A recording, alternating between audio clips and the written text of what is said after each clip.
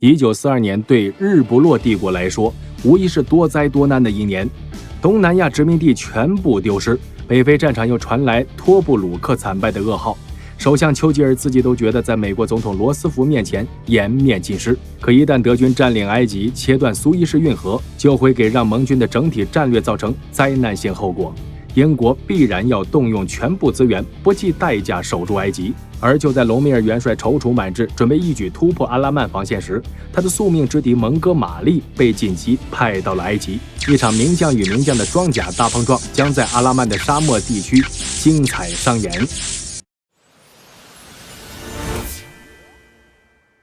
1942年7月，隆美尔到达阿拉曼的消息搞得开罗和亚历山大人心惶惶，连开罗英军司令部都忙着销毁文件，烟囱冒出的滚滚黑烟宛如末日来临。丘吉尔当机立断，决定换将，由亚历山大接替奥金莱克，任中东地区英军总司令，戈特为第8集团军司令。哪知戈特乘坐一架运输机前往开罗上任的途中，被一架德军战斗机击落身亡。于是已经被任命第1集团军司令，准备参加突尼斯登陆作战的蒙哥马利8月8日被紧急任命为第8集团军司令。蒙哥马利一到任，亚历山大总司令就接见了他，并勉励他一定歼灭隆美尔和他的非洲军团。蒙哥马利了解了英军的严峻形势后，决心一定要打赢与隆美尔的首次交战，这样才能让官兵们恢复信心。他给司令部全体人员进行第1次训话，强调埃及的防御就在阿拉曼，就在这里，我们要站住脚，要战斗，绝不许再往后退半步。一切撤退的计划通通烧掉，弹药和口粮等要贮藏在前方地域，但所有的运输工具必须撤回后方。我们不怕隆美尔，我们已经做好了准备，正等待着他的进攻。蒙哥马利还深入到基层士兵中间，每到一处就对着围成圈的士兵发表演说，重新唤起士兵们失去的信心。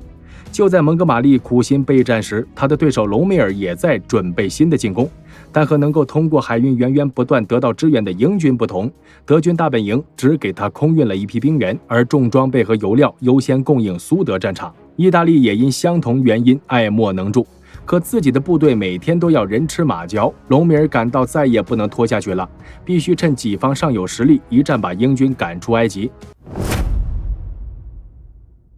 蒙哥马利视察阿拉曼防线时注意到，战线后方几公里的阿拉姆哈拉法山是整个防御阵地的关键之所在，可他的前任不知出于什么考虑，并没有在这一关键之处设防。蒙哥马利紧急调兵遣将，以新西兰师的阵地的南翼为基点，其与阿拉姆哈勒法山之间的缺口内部署了隐蔽坦克的第22装甲旅，第44师的2个旅配置在阿拉姆哈勒法的山背，第23装甲旅配置在第22装甲旅后面，第8装甲旅部署在阿拉姆哈勒法山脊以南的一个阵地上，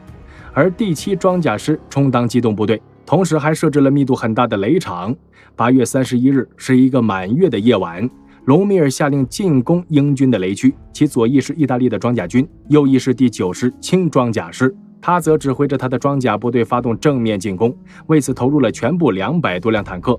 没想到工兵在步兵掩护下排雷时，遭到了英军各种火力的猛烈射击，德军的装甲先头部队被困在雷区里。凌晨3时，英军的重型轰炸机又飞来投掷成吨的炸弹，德军装甲部队根本无法疏散，成为了英军轰炸机的活靶子。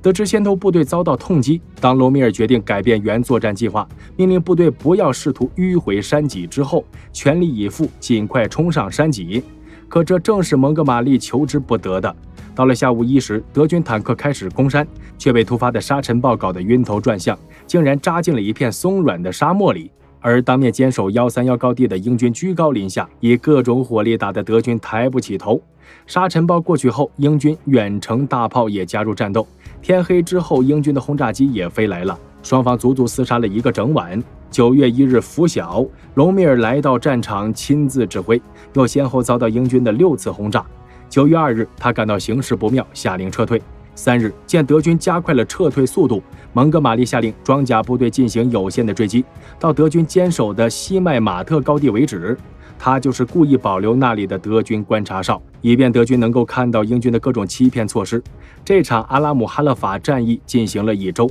9月7日，隆美尔才算是完全逃出升天。蒙哥马利没有下令装甲部队追击，以免被沙漠之虎吃掉。此战鼓舞了英军将士的信心，蒙哥马利借此在官兵中树立了绝对的威信。此战后，隆美尔撤退到卡塔拉盆地，构筑了一条被称为魔鬼乐园的防线，其中雷区是其阻止英军进攻的主要障碍，埋设了约25万颗反坦克地雷和超过1.5万颗杀伤地雷，再加上南线占领的原英军雷区，整个防线上共有44.5万多颗各种地雷。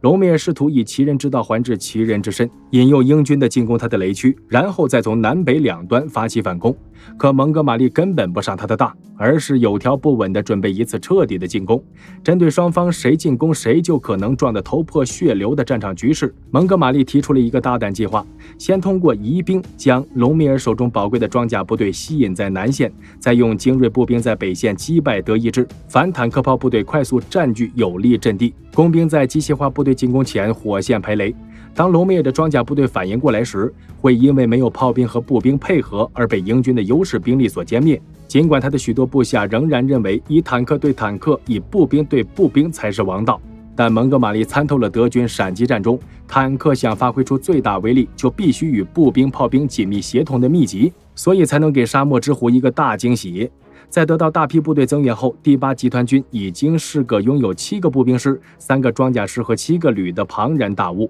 英军拥有1100多辆坦克，包括大批新式美制的谢尔曼坦克。德军只有30辆新型4号坦克能与之相提并论。尽管拥有兵力和物资优势，蒙哥马利决定大摆迷魂阵，欺骗隆美尔，这就是著名的博迪伦计划。简单说，英军将北线真的弹药库和其他作战物资的仓库进行巧妙的伪装，用车辆改装的假坦克和装甲车在阵地上开来开去，使德军对英军车辆集结逐渐习以为常。到了晚上，再用真作战车辆把已经到位的假战车辆替换下来，并用专门伪装物将它们巧妙掩蔽起来。为了让隆美尔相信英军会从南面进攻，蒙哥马利还在那里铺设了一条假供水管，甚至修建了假水泵房和蓄水池。另外，英军通信分队在南面发无线电信号，工兵为新的道路做了各种路标。隆美尔自然没那么好骗，可德军的情报部门和飞机侦察得到的全是蒙哥马利想让隆美尔知道的消息。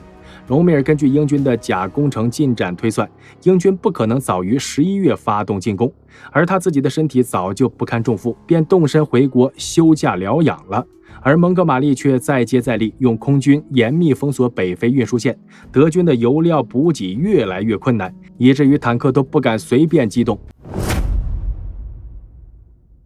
1942年10月23日晚，蒙哥马利下令全线反击。21时40分，英军1200门大炮向德军阵地发出怒吼。当德军被打得晕头转向之时，英军士兵借助在探照灯和夜光弹，以排山倒海之势发起冲锋。号称沙漠之鼠的英军第7装甲师成为了英军进攻的中坚力量。德军代理总指挥施登姆将军听闻炮声，立即驱车赶往前线，却因心脏病突发身亡，导致德意部队更加混乱不堪。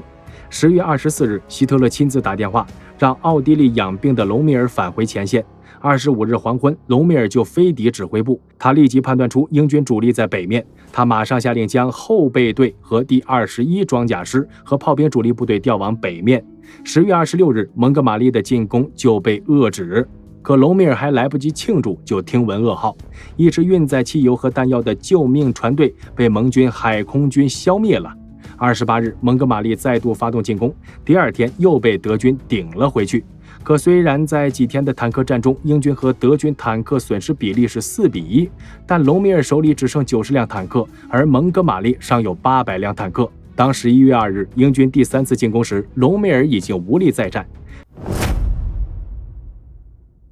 11月3日中午，德军破译敌方电报，得知英军打算迂回海岸公路，截断德意军队的道路。隆美尔已经没有多余兵力可用，于是在下午4点30分瞒着柏林，就下令向富卡阵地全面撤退。希特勒得知消息后万分震惊，立即发给隆美尔一份言辞恳切的电报，希望他能指挥部队守住阵地。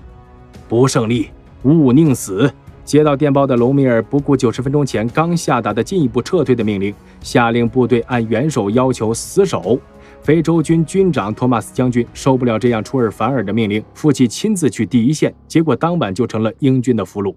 11月4日下午3点30分，英军已经在防线上打开12英里宽的突破口，意大利第20装甲军全军覆没。在这即将全军覆没的时刻，隆美尔不等希特勒回电，断然下令撤退，甚至把义军4个步兵师的机动车辆和饮水都抢了。义军这才知道老大哥是什么人品，靠2条腿撤退只能渴死在沙漠里，于是乘建制向英军投降。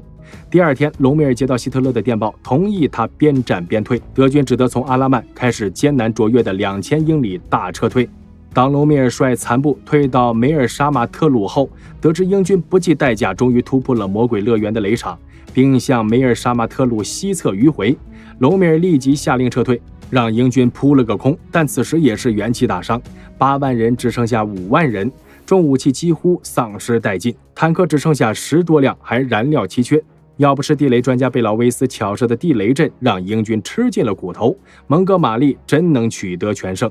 11月中旬，隆美尔彻底没油了，幸亏凯瑟琳成功给他空运来80吨汽油，英军又因天降大雨前进受阻，德军才再一次实现绝处逢生。11月21日，德军又在阿杰达比亚因为没油而寸步难行，哪知被击沉的阿尔普号轮船运输的油桶鬼使神差般飘至附近海滩，才让隆美尔的部队退到了利比亚西部。有人说，评价一支军队是否精锐，要看其撤退时的表现。而当撤出布雷加防线时，隆美尔就用行动证明自己不是被吹出来的沙漠之狐。当时他手里只有35辆坦克，而追击的英军有420辆坦克，但隆美尔却玩了一把瞒天过海，先将大部队分批秘密撤出阵地，只留下最后一个团迷惑追兵。12月10日夜，英军发起猛烈炮击，对面的德军阵地却毫无反应。第二天黎明，蒙哥马利才发现上了当，德军又一次成功金蝉脱壳。